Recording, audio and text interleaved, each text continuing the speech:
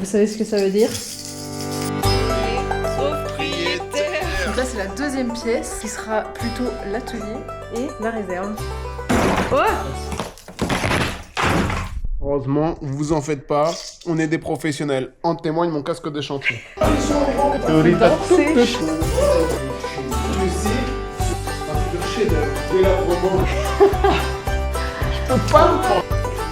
Tout ça! C'est incroyable. Nous on y voit déjà tout le potentiel. Des belles vitres apparentes. On voit pas, mais on a de la pierre apparente aussi. Bon, pour vous remettre un peu dans le contexte, on a acheté ce local commercial au cœur du centre historique de Besançon pour y installer l'atelier boutique de Silaz, qui est la marque d'upcycling que j'ai créée il y a 5 ans maintenant. Théophile, mon copain, a toujours soutenu ce projet et a rejoint l'aventure récemment, même s'il est pour le moment toujours en CDI, le temps des travaux, mais aussi après le temps que le projet soit stable financièrement. Si vous voulez tout le contexte, l'histoire de la marque, etc., il y a déjà 2 vidéos qui sont là pour vous expliquer tout ça. On va vous faire un petit tour avec nos inspi déco. À la fin de la vidéo, on vous parlera davantage du budget. Let's go! Attends, on va laisser le monsieur passer. Tout commence là, et ça va. J'ai du mal à suivre. Ceci n'est pas encore une porte, à en devenir sûrement. Ça se présente donc en 2 pièces. Je vous invite à rentrer dans la première. Enfin, il y a même 3 pièces, mais vous verrez à la fin. C'est la surprise. Alors, nous sommes dans la pièce principale qui sera la boutique. Ça va être un sujet là dans la boutique d'amener le plus de lumière naturelle, mais aussi du coup de faire davantage d'éclairage pour optimiser tout ça. Parce qu'on est exposé, je crois, nord-est, donc en fin de compte, on a le jour que le matin. Et en plus, on est dans une toute petite rue. Bon, là, on est vraiment en fin de journée, donc c'est critique. Donc, cette pièce qui fait 23 mètres carrés, je crois. De toute façon, c'est énorme par rapport à ce qu'on avait jusqu'ici. Je travaillais dans 7 mètres carrés dans notre appartement à Paris. Déjà, il faut savoir qu'il y a des murs sur lesquels on va sûrement pouvoir récupérer la pierre apparente. Peut-être pas partout. Et de toute façon, on ne sait pas si on voudra mettre de la pierre apparente partout. Mais c'est très intéressant à savoir. On prévoit une cabine ici. Ici, potentiellement, le comptoir. Je vais essayer de vous expliquer un peu plus en détail certaines choses. Ici, le comptoir, on n'a pas encore choisi quel revêtement il aura. Ça pourra être de l'acier, de la pierre, du carrelage. Mais il faudra qu'il soit fait d'angle droit, car en réalité, ce ne sera pas qu'un comptoir, mais aussi un support pour toutes mes découpes à coudre. J'ai déjà ça dans mon atelier actuel et c'est trop pratique pour moi de faire d'abord plein de découpes et ensuite plein de coutures une fois que je suis à la machine. Et donc après, machine avec de quoi peut-être mettre 1 ou 2 cintres derrière.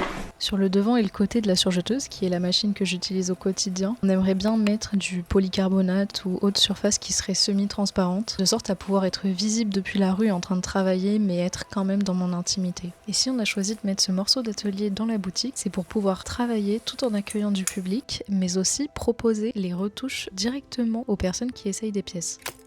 Cet espace-là sera la boutique qu'on prévoit d'être au maximum modulable pour pouvoir s'adapter en fonction de nos collections. Donc on fait des vêtements, mais aussi des objets, notamment des lampes. Donc il faut pouvoir un peu les dispatcher partout et on va modifier ça tout au long de l'année. On a au-dessus donc la mezzanine. Malheureusement, si on met beaucoup trop de choses dessus, on va se retrouver avec du bordel apparent depuis en bas.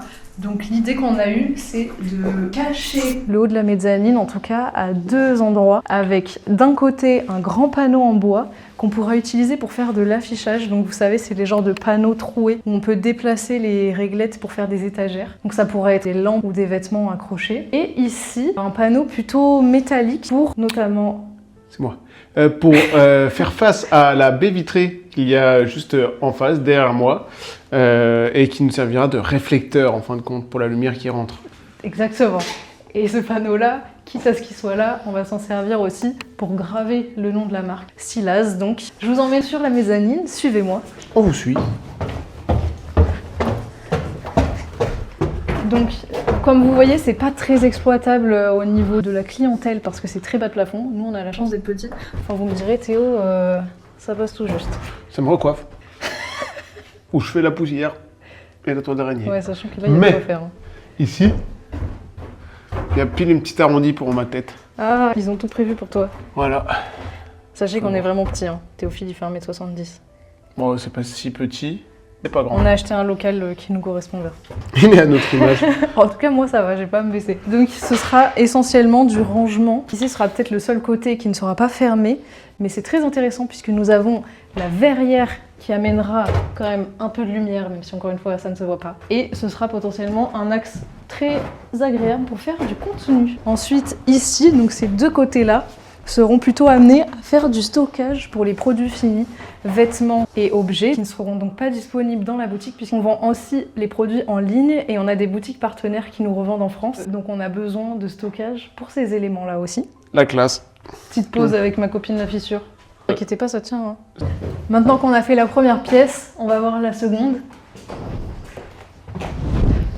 On est donc ici dans la seconde pièce, atelier. Comme vous voyez, il y a une cheminée. C'est sympa, mais clairement, elle sert à rien. Parce que dans le règlement de copropriété, il y a marqué qu'on a interdiction de faire des feux. Et en plus de ça, elle est pas très qualitative. Au-dessus, c'est du crépi. Honnêtement, elle nous encombre plus qu'autre chose, donc ça va partir. Tout ce pan de mur, on aimerait faire un établi pour pouvoir travailler et avoir un maximum de place. Mais on veut aussi utiliser la hauteur sous plafond, parce que comme vous pouvez voir, il y a de quoi faire. Il y a 2 lots et demi, bien 2 lots et demi. On aimerait bien faire des étagères qui permettent de stocker les choses encombrantes, notamment les grandes planches, enfin des choses qui au sol sont pas très pratiques. Il y a une meuf sur Insta qui a fait une vidéo qui avait percé là-dessus. On a bien aimé l'idée de pouvoir monter sur son établi et ranger ensuite le stockage au-dessus. Ça a l'air d'être très pratique. Et ensuite le reste de la pièce, ce serait du mobilier quand même assez modulable pour travailler et pouvoir se déplacer en fonction des projets. Avec quand même pas mal de rangements et moi il faut que je puisse faire ma découpe pour les vêtements et ensuite de quoi installer nos machines, imprimante 3D, scie sauteuse, scie circulaire. Ça reste encore à réfléchir. Ah oui, j'ai pas parlé du sol, mais on aimerait beaucoup faire du béton ciré un peu partout. D'ailleurs, ici, j'aimerais trop avoir une spirale au sol. C'est un rêve, mais pourquoi pas. Ce pan de mur qui est gigantesque, alors on vient de se dire qu'en fait c'était pas porteur, donc potentiellement on pourra plus ou moins le déplacer par rapport à la réserve. Mais s'il reste comme ça, avec cet espace au-dessus du mur, on aimerait bien mettre genre des porte-manteaux et pouvoir stocker le mobilier encombrant. Encore une fois pour garder l'espace au sol praticable. Finalement, on s'est aussi dit que la partie du bas, elle pourrait être transparente, ou en tout cas semi-transparente, avec potentiellement des pavés de verre, une verrière ou autre, pour ramener de la lumière dans la réserve qui, elle, en manque cruellement. Et ensuite, on passe à la troisième pièce, qui est la plus insalubre, qui nécessitera donc le plus de travail, et qui est la plus petite, mais qui devra accueillir le plus de choses. Donc clairement, il y a du travail. Ils vont se demander, mais quelle idée? Vraiment. Donc du coup, l'idée, actuellement, ce serait de faire un espace full stockage ici, avec donc les vêtements de seconde main, les objets de seconde main. Il faut qu'on optimise au max, on est encore en train de réfléchir, mais l'idée c'est d'optimiser. Ensuite, on aimerait mettre un espace sanitaire et douche. Vous allez me dire pourquoi une douche dans un local commercial?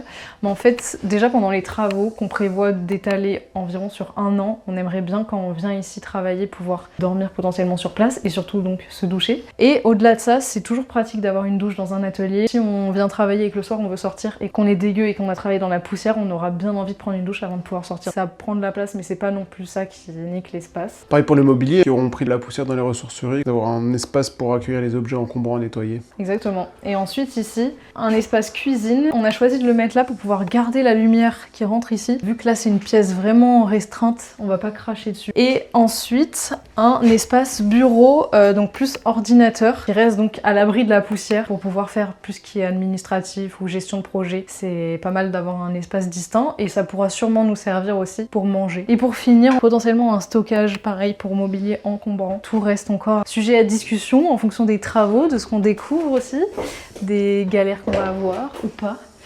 Mais franchement, on a trop hâte, ça va être un gros projet. Il y a un autre élément de déco que j'aimerais absolument tester dans la réserve, c'est le sol rouge. Je ne sais pas pourquoi, mais en ce moment, je suis obsesse. Parlons budget. C'est le nerf de la guerre. Déjà, avant de commencer, il faut savoir que Théo et moi, on n'est pas du tout dépensiers et on avait quand même un apport intéressant vis-à-vis du projet. Tous les deux, on avait à peu près 40 000 € de côté de tous les tafs qu'on a pu faire. À nous deux? Oui, à nous Ok, deux. parce que sinon j'étais pas au courant. J'aurais bien aimé, mais oui, à nous deux, on avait... On part jamais en vacances et quand on part, on va chez notre famille, on dort dans la voiture, on va pas trop au resto. Et ça nous va très bien comme ça, et Ouais. du coup ça fait qu'on a pas mal mis de côté. Donc c'est ce qui nous a permis de pouvoir envisager ce projet déjà pour commencer. Ensuite on a Théophile qui est en CDI, ce qui est aussi un bon atout puisque en tant qu'indépendante c'est un peu difficile de contracter un emprunt. Et cet apport est très intéressant puisque le local n'était vendu qu'à 85 000 €. L'annonce Le Bon Coin, 85 000. Et dès la première visite, l'agent immobilier nous dit « La vendeuse a déjà accepté une offre à 75 000 ». Donc pour nous, le prix c'était 75 000 À déjà. prendre ou à laisser. Donc ça c'était frais d'agence inclus et après les frais de notaire c'est environ 8 000 €. Donc on est à 83 000 pour l'acquisition. Le local il était pas du tout cher parce qu'il y avait pas mal de travaux à faire et sûrement qu'il n'était pas encore vendu parce que les travaux faisaient peut-être peur. Toute l'électricité à refaire, la devanture en simple vitrage avec une vitre cassée qu'il fallait refaire. L'électricité, c'était un truc fait main. Enfin, il y avait de quoi flipper quelqu'un qui avait pas l'habitude de se projeter dans les travaux longs, coûteux quand tu sais pas faire, parce qu'il faut faire appel aux artisans. Puis t'as toujours peur de te faire arnaquer sur les devis. Enfin, c'est tout de suite beaucoup plus d'ampleur pour un achat, où t'aurais pu juste simplement acheter quelque chose prêt à l'emploi. Voilà. Là, il y a une bonne couche de travaux à faire. Et au-delà de l'électricité, il y a un WC qui est accessible par les parties communes, dont l'escalier se casse la gueule, genre on voit vraiment le vide sanitaire en dessous. Et il y avait un tout petit lavabo, mais en fait en visitant le vide sanitaire, on a vu qu'il ne donnait dans rien. Il se jetait dans des vieilles latrines. Vieille cuve d'eau Très usée cool. à l'époque, et tout allait dedans.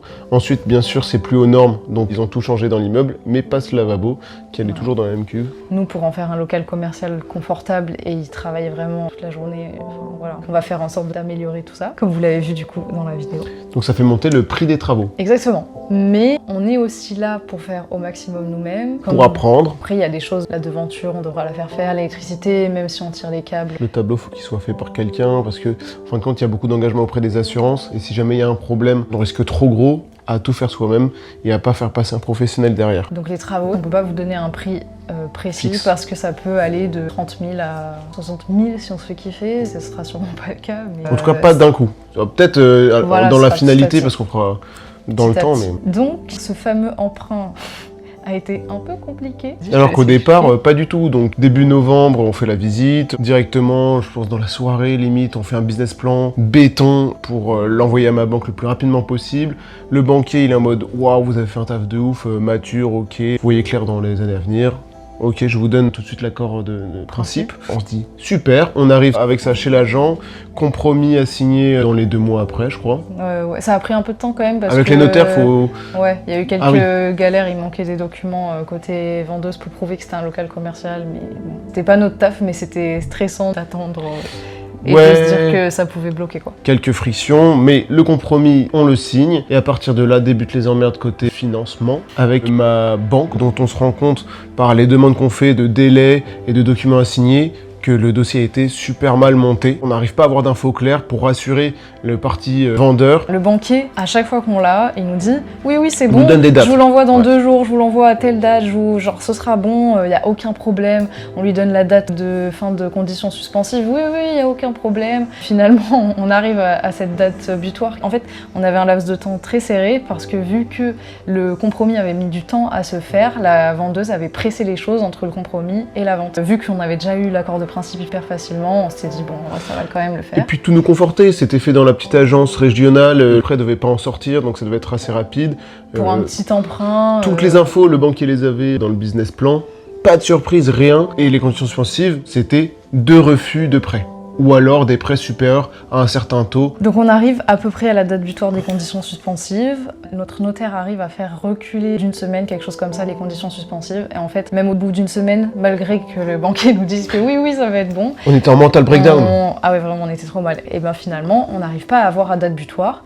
Donc à ce moment-là, c'est soit on abandonne, parce qu'on avait un refus d'une autre banque, on voulait sécuriser plus ou moins avec un autre refus, et au pire, lui, il pouvait nous donner un refus, quoi. Sauf que nous, on le voulait vraiment quand même. Et le banquier arrêtait pas de nous dire non mais c'est bon, enfin c'était à quelques jours près quoi. Donc on arrive à la date butoir des conditions suspensives et on fait le choix de continuer et d'en faire une affaire personnelle, ce qui veut dire que soit on trouve les fonds d'ici la signature, soit on doit 10% de la vente à la vendeuse. Parce que quand on ne respecte pas les conditions suspensives dans les délais, on a une pénalité de 10% du prix d'achat, donc on devait payer 8000 balles de notre poche. Et vu que le banquier nous disait que vraiment c'était sûr qu'on allait l'avoir, etc., on était en mode ok, enfin on y croyait quoi. Les jours passent, le banquier, on l'harcèle. Même la notaire, elle l'harcèle tellement, elle ne comprend pas comment c'est possible de galérer autant sur un dossier comme celui-ci. Il faut savoir que le banquier donnait des dates, et quand on rappelait à ces dates-là, parce qu'on n'avait pas les documents, hein. Voilà, bien sûr. On apprenait que le banquier était parti en vacances. Donc sans rien nous dire, aux dates clés, vraiment c'était affreux. Nous, on le vivait trop mal. Et on est dépendant à un point. Projet de vie, donc on se sentait trop mal, quoi. T'es vulnérable parce que, en fait, quand on te demande ces échéances-là, toi, tu n'as d'autre choix que de faire confiance au banquier. Et puis, c'est vraiment en fait, soyez honnête, si vous n'êtes pas capable de nous faire ce prêt, qu'on nous laisse le temps de rebondir et de contacter un courtier en dernier recours, enfin, et nous garder à proximité pour dire non, ça va le faire. On n'avait même pas de plan B, quoi. Bah en fait, il pensait que ça allait être si difficile que ça pour lui, qu'il nous le dise dès le début et on serait parti ailleurs, quoi. Jusqu'à finalement que la notaire réussisse à avoir une directrice d'agence qui n'avait pas du tout connaissance de ce dossier, en prend considération et réalise que le banquier a fait de la merde, il a mal monté le dossier. On l'aurait jamais obtenu, le prêt. On l'aurait jamais obtenu. Donc cette directrice d'agence s'appelle Théophile. On est à 3 jours de la signature, plus ou moins, 3 jours ouvrés, quelque chose comme ça. Donc voilà, nous on était déprimés. Et elle dit, si vous voulez, je peux remonter le dossier en express et tout. Mais je le remonte de A à Z. C'est mort en fait, il reste 3 jours, genre c'est mort. Avec ce qui s'était passé, on n'avait pas non plus envie de leur faire confiance. Enfin, on avait perdu confiance en eux. Ouais, donc là, c'était impossible. Et 3 jours, fallait qu'on trouve une autre solution. Si je peux rebondir là-dessus, parce que en fin de compte, c'est le même banquier que mes parents. Mes parents avaient déjà eu des petits problèmes avec lui, bref. Et parce qu'ils avaient échangé, ils avaient posé des questions sur l'avancement de mon dossier. Donc ils reviennent vers moi, ils font écoute, on voit que ça va dans le mur. Est-ce qu'on peut t'aider ? De mon côté, pareil, mes parents... En fait, nos parents n'avaient pas du tout de quoi nous prêter, de quoi faire pour l'achat plus les travaux, ce qu'on demandait à la banque, mais avaient de quoi nous prêter chacun indépendamment 20 000 €, ce qui nous permettait de sécuriser les 80 000 € de l'achat. Ce qui était le plus urgent, en fin de compte. Parce qu'en fait, là-bas, il nous restait 3 jours juste pour faire l'achat. On s'est dit, les travaux, on verra plus tard. S'il faut, on fera au jour le jour. S'il faut, on trouvera moyen de faire un emprunt ailleurs ou quoi. Donc, on en est là. On est hyper reconnaissant que nos parents aient pu nous prêter cette somme-là.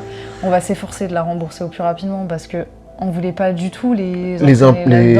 On voulait que ce soit notre projet en fin de compte et d'en être les garants et d'en assumer toutes les conséquences qu'il y a à en avoir et juste d'être fiers de regarder à nous, on l'a fait tout seul. Bon, on a cette chance d'avoir des parents qui ont pu nous aider, qui ont cru à notre projet, vu à quel point ça nous tenait à cœur. Oui.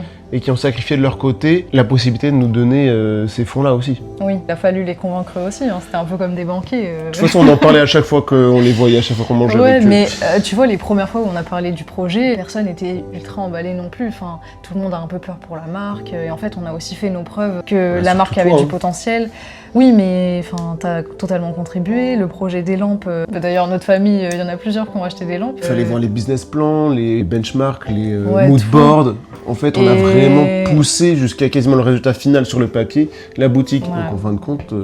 Donc, vraiment, on a vendu ça à des investisseurs. Donc, on en est là. Les travaux, on va faire en sorte, comme on disait, de faire au maximum nous-mêmes. Tout ce qui coûte le plus d'argent, on les fera sûrement en dernier, le temps de refaire une petite trésorerie. Ouais. Et on fera aussi ces travaux de plus grande envergure en fonction de ce qu'on gagne petit à petit. Donc s'il faut, ça pourra prendre plus de temps que prévu. Après, quoi qu'il arrive, on avait étalé les travaux sur minimum 1 an. Et là, pendant 1 an, on sait qu'on va... tout notre argent, on va là-dedans.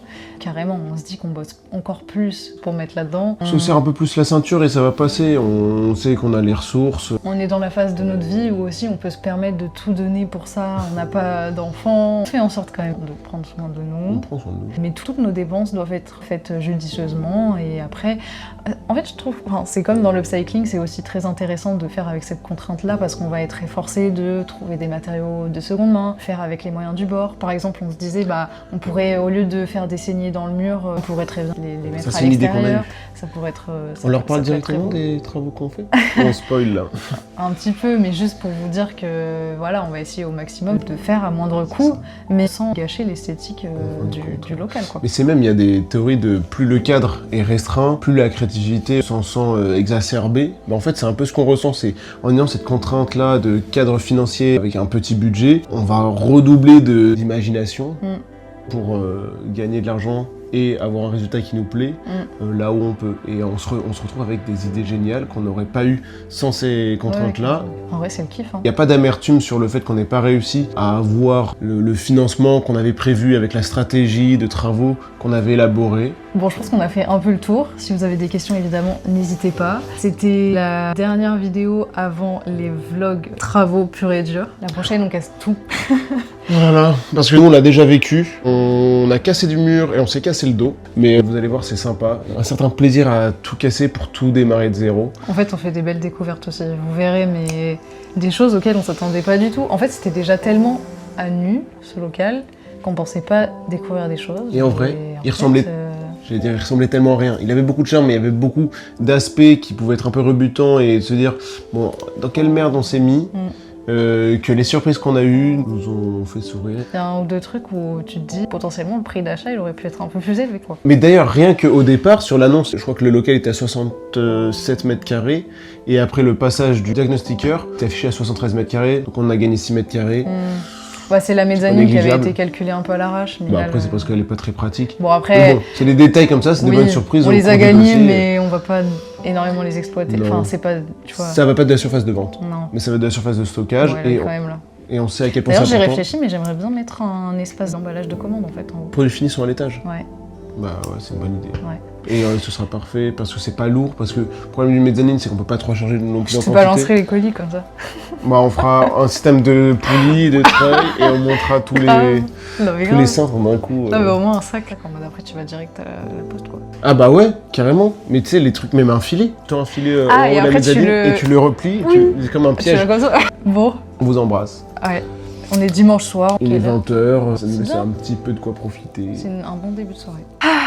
Que d'aventure. On est content d'en avoir parlé parce que c'est la partie qui est toujours un petit peu pénible parce que c'est tabou pour beaucoup de gens et puis même pour nous ça n'a pas été facile pendant longtemps. Après c'est pas un projet non plus d'une envergure énorme et on est content parce que du coup vu que le risque est minime, on a beaucoup moins de stress en fait. On se dit vraiment qu'on va pouvoir profiter tout du long. Là on va commencer à rembourser nos parents dès maintenant et ça fait plaisir en fait et que ça va pas nous encombrer pendant des années et des années quoi. Vous savez tout. On essaiera de vous développer davantage le budget travaux tout du long de toute façon vu que comme on vous dit là c'est un peu une fourchette mais... Vous avez des savoir-faire et on posera forcément des questions dans nos vidéos, n'hésitez pas à répondre. Oui, si vous avez des astuces, des idées, on prend tout. Les critiques aussi, on prend tout. Ouais, les conseils. Ouais, alors... Tant que c'est constructif. Voilà, exactement. Voilà. Bon allez, bisous. On vous dit ciao ciao.